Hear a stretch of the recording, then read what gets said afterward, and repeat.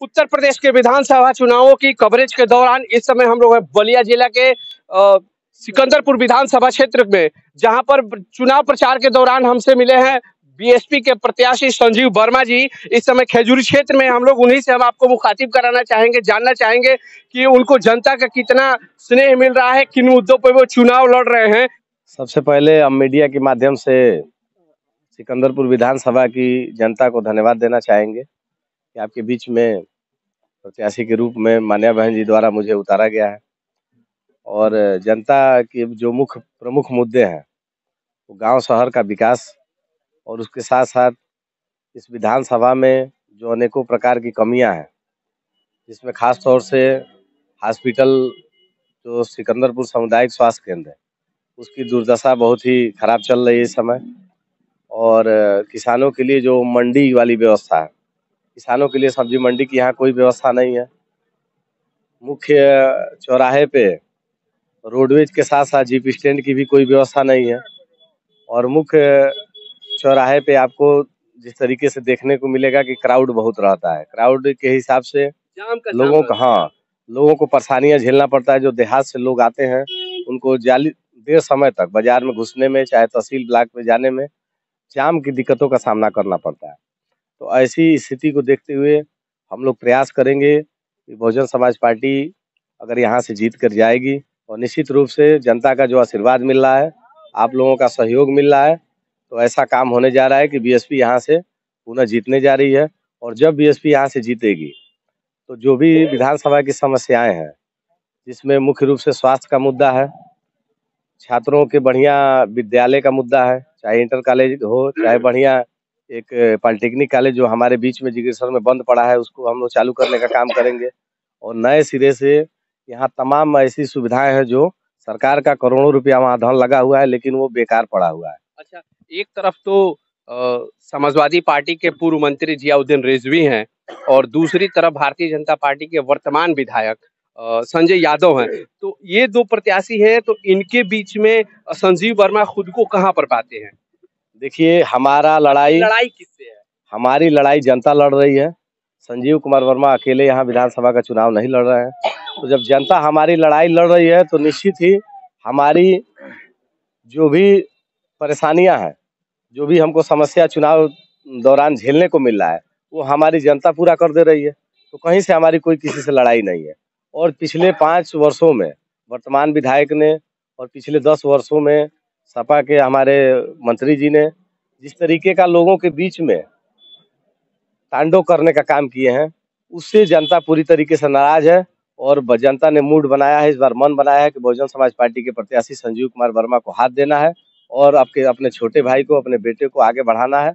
और निश्चित रूप से मैं जनता से ये भी वादा करता हूँ कि जब आपका बेटा, आपका भाई सदन में जाएगा तो जो मूलभूत सुविधाएं हैं वो तो एक विधायक के लिए रहता ही है, उसके साथ ही जो अतिरिक्त सुविधाएं हैं जो किसी कारण से हमारे बीच में नहीं है, उसको हम लोग प्रयास करेंगे, अपनी पूरी मेहनत से, ताकत से लाने का काम करेंगे, यह मैं कहना चाहता हूँ। अच्छा, जैसे कि इस क्षेत्र को फूलों की नगरी भी कहा जाता है। यहाँ पे पहले इत्र का बहुत बड़ा व्यवसाय हुआ करता था, जिसने कि अब लगता है कि कुछ वर्षों में दम तोड़ दिया है। तो क्या प्राथमिकताओं में आप इसको रखेंगे अपने? देखिए, फूलों की नगरी तो अंग्रेजों के जमाने से यहाँ सिकंदरपुर मशहूर था फूलों की नगरी के नाम से, लेकिन चूंकि अब परिवेश बदल रहा है, हर व्यक्ति खेती बाड़ी से थोड़ा रुचि अपना हटा रहा है।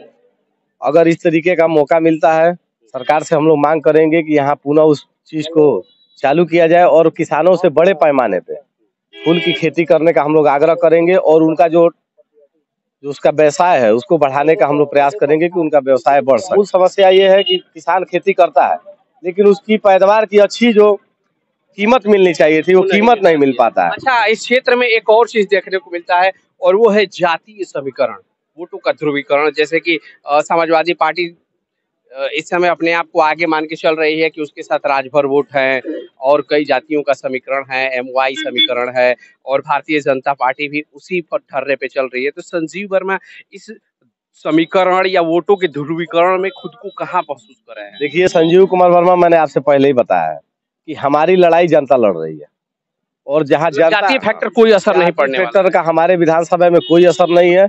इनके जाति फैक्टर को लोगों ने पिछले 15 वर्षों में देखा है इनके कार्यकाल में, और जनता ने इस बार जाति और प्रथा से हट करके, समुदाय से हट करके जनता विकास की तरफ जा रही है।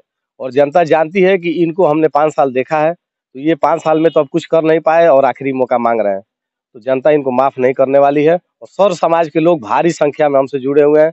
हमारे समाज के लोग तो 90% तक, 95% तक हमारे साथ जुड़ के और हमारे लिए वोट में भी मांग रहे हैं। लोगों के बीच में जा करके बहुजन समाज पार्टी के जो व्यवस्था है, उसकी जो नीति है, उसको समझाने का भी लोगों के बीच में काम कर रहे हैं। अच्छा, तो वहीं आप कह रहे हैं कि लोग आपके लिए वोट मांग रहे हैं, लेकिन दूसरी तरफ देखा जा रहा है तो भारतीय जनता पार्टी कहती है कि हम सुशासन देते हैं, अच्छी सरकार देते हैं और जनता के बीच हमारी सरकार में भय दूर होता है। देखिए, बहुजन समाज पार्टी जब 2007 से 12 के बीच में अपनी पूर्ण बहुमत की सरकार चल रही थी, तो अगर किसी पूरे प्रदेश के किसी भी व्यक्ति से, उस समय उत्तराखंड भी हुआ करता था, प्रदेश के किसी भी व्यक्ति से अगर आप बात करेंगे कि शासन और प्रशासन किसके सरकार में बेहतर चलता था, महिलाओं की सुरक्षा किसके सरकार में बेहतर चलती थी, तो विपक्ष वाला भी इस बात के लिए अस्वस्थ होकर के बोलता है कि बहुजन समाज पार्टी की जब सरकार चली थी, तो शासन, प्रशासन, कानून व्यवस्था, महिला सुरक्षा, ऐसे जो मुद्दे थे, जो लोगों के बीच में थे, ये बिल्कुल एकदम एक धारा पे था, बिल्कुल बेहतर चलता था। माननीय बहन जी ने अपने कार्यकाल में जो जिस तरीके का तगड़ी व्यवस्था करके समाज के लोगों को एकजुट करने का काम किया, जो लोगों को सुरक्षा देने का काम किया, मैं दावे के साथ कह सकता हूँ कि आज तक इस लगभग 70 साल के इतिहास में, जब से हमारा भारत आज़ाद हुआ, जब से लोकतंत्र की प्रथा लागू हुई है, उससे पहले उत्तर प्रदेश में अगर कोई किसी ने शासन सुशासन की व्यवस्था अगर चुस्त दुरुस्त किया है, तो माननीय बहन जी ने किया है। तो ये थे बहुजन समाज पार्टी के प्रत्याशी संजीव वर्मा, जो अपनी प्राथमिकताओं को दोहरा रहे थे और बता रहे थे कि अगर बसपा सपा में आती है तो किस तरह से वो इस क्षेत्र का विकास करेंगे। खरी बात 24/7 के लिए सिकंदरपुर से सुनील सेन के साथ मैं बीपी यादव।